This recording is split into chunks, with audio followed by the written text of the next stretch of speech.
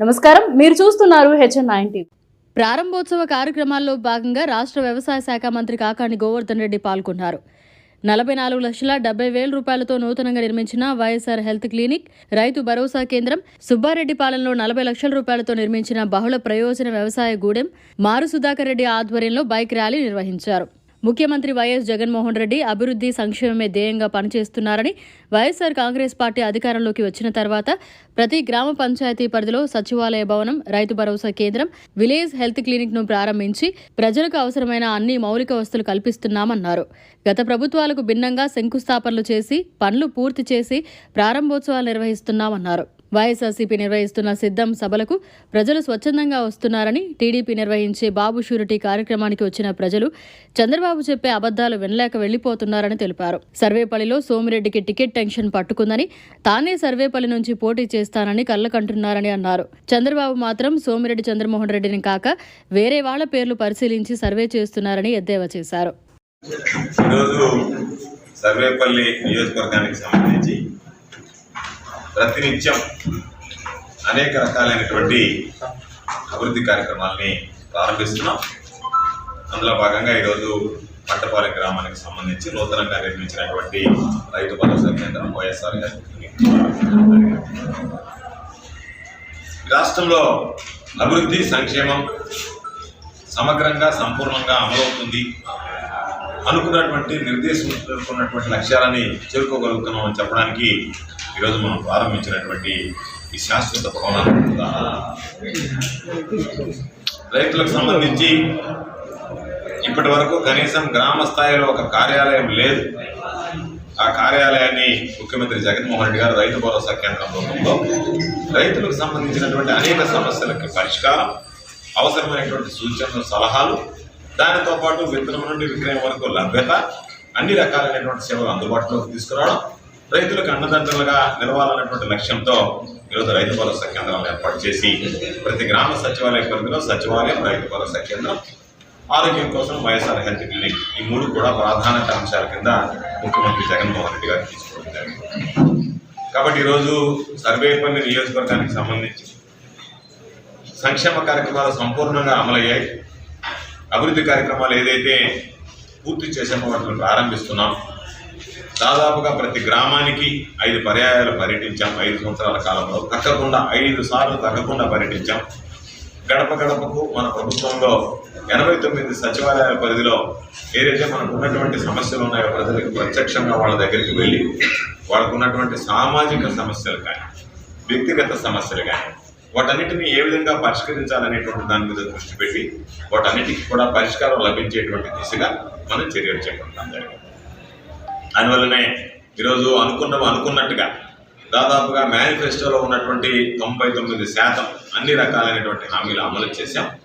ఈరోజు మరలా కొత్త మేనిఫెస్టోను తయారు చేసి త్వరలోనే ముఖ్యమంత్రి జగన్మోహన్ రెడ్డి గారు దాన్ని ప్రకటించబోతున్నారు.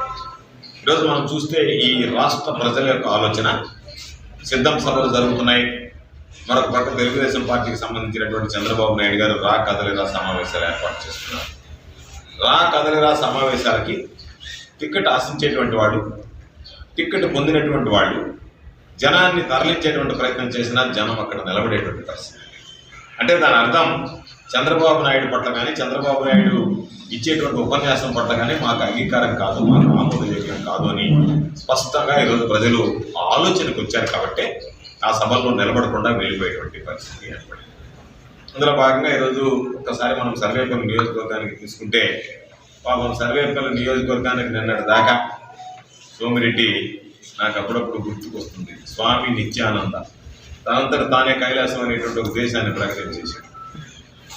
ఆ దేశాన్ని ప్రకటించిన తర్వాత అది ఎక్కడ ఉందో తెలియదు, అక్కడ ఏం జరుగుతుందో తెలియదు. ఆయన అనుచరులు, భక్తులు మాత్రం అబ్బా ఆహా అద్భుతం కైలాసం అనే రకరకాలైనటువంటి పోస్టర్లు, రకరకాలైనటువంటి కార్యక్రమాలు అక్కడ జరిగిపోతున్నట్టుగా, అది ఎక్కడుందనేటువంటిది నరమానవుడు చూడనటువంటి ప్రాంతాన్ని బ్రహ్మాండంగా అభివృద్ధి చెందినట్టుగా సోషల్ మీడియాలో మనం పోస్టింగ్లు చూస్తున్నాం. అదేవిధంగా పాపం సోమిరెడ్డి కూడా స్వామి నిత్యానంద ఏదైతే ఒక ద్వీపాన్ని ఆయన పాపం కైలాసం కింద ప్రకటించుకున్నాడు, అంటే ఆయనంతటా ఆయన సర్వేపల్లి నియోజకవర్గం నాకు కైలాసం అని చెప్పి ఆయన ప్రకటించుకోవడం జరిగింది. దానికి సంబంధించి ఆయన పాపం కోచింగ్లు పెట్టుకుంటున్నాడు. అబ్బా అద్భుతాలు జరిగిపోయాయి, బ్రహ్మాండంగా జరిగిపోయి నేను అసెంబ్లీకి గోవర్ధన్ రెడ్డి ఇంటికి అంటే నేను సాధారణంగా సాయంకాలం వేరే ఇంటికి ఎందుకు పోతాను, మా ఇంటికి పోతాను, నాకు పోయి అలవాటు లేదు. అందుకని పాపం సోమిరెడ్డి ఆయన ఇంటికి నేను నా ఇంటికే పోతాను, ఆయన వేరే వాళ్ళకి ఎందుకు పోతాను. అందుకని పాపం సోమిరెడ్డి ఆయన పాపం ఏ భాషతో మాట్లాడుతున్నాడో ఆయనకు ఉండేటువంటి అలవాట్లు ఏమన్నా నాకేమన్నా ఆపాదించడానికి ప్రయత్నం చేస్తున్నాడు తెలియదు, కానీ ఆయన ఎక్కడికి పోయినా నాకు అభ్యంతరం లేదు. ఆయన ఇష్టం, ఆయన ఇంటికి పోతాడు, ఒక దగ్గరికి పోతాడు. అసెంబ్లీలో కూడా పోవచ్చు, ఎందుకంటే 2 సార్లు ఎమ్మెల్యేగా పనిచేసి పెన్షన్ డ్రా చేసుకోవాలి, అసెంబ్లీలో పోవాలి కదా, పెన్షన్ డ్రా చేసుకోవాలి. అందుకని వాటికి పోవచ్చు, నేను కాదంటాను. కాకపోతే బాధాకరమైనటువంటి విషయం ఏంటంటే ఈరోజు సోమిరెడ్డికి సంబంధించి గతంలో ఒక సర్వే జరిగింది. ఆ సర్వేలో వేరే వాళ్ళ పేరుతో సర్వే చేసే సోమిరెడ్డి పేరు లేదు.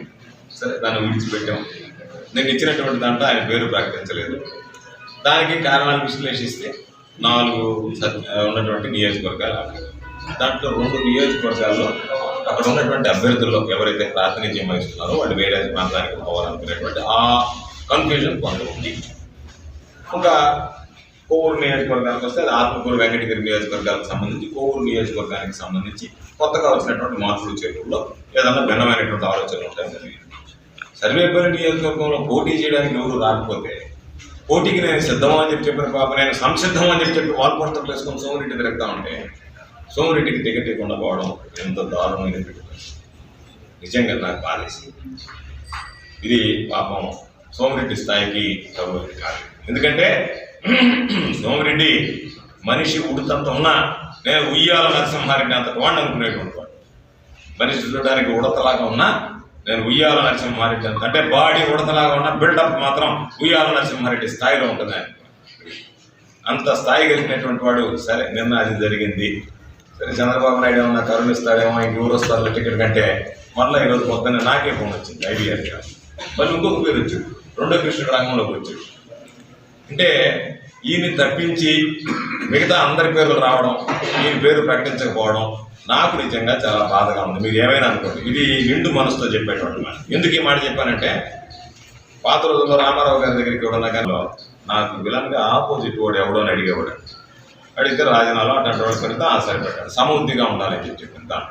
ఇక్కడ నాకు సమస్య సమబుద్ధి సమస్య కదా. నాకు ఇప్పుడు ఉన్న కొత్త పరిస్థితి నేను ఏం చెప్పాలి వాడి గురించి, ఏం చెప్పుకోవాలని అతని గురించి.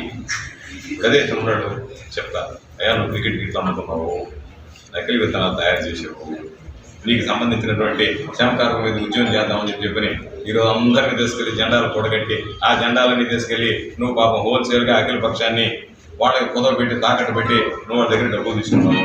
ఇదిగో ఇప్పుడు కృష్ణపట్నం ఫోటోల మీద మరిన్ని అప్డేట్స్ కోసం మన HN9 టీవీ ఛానల్ ని సబ్స్క్రైబ్ చేసుకోండి.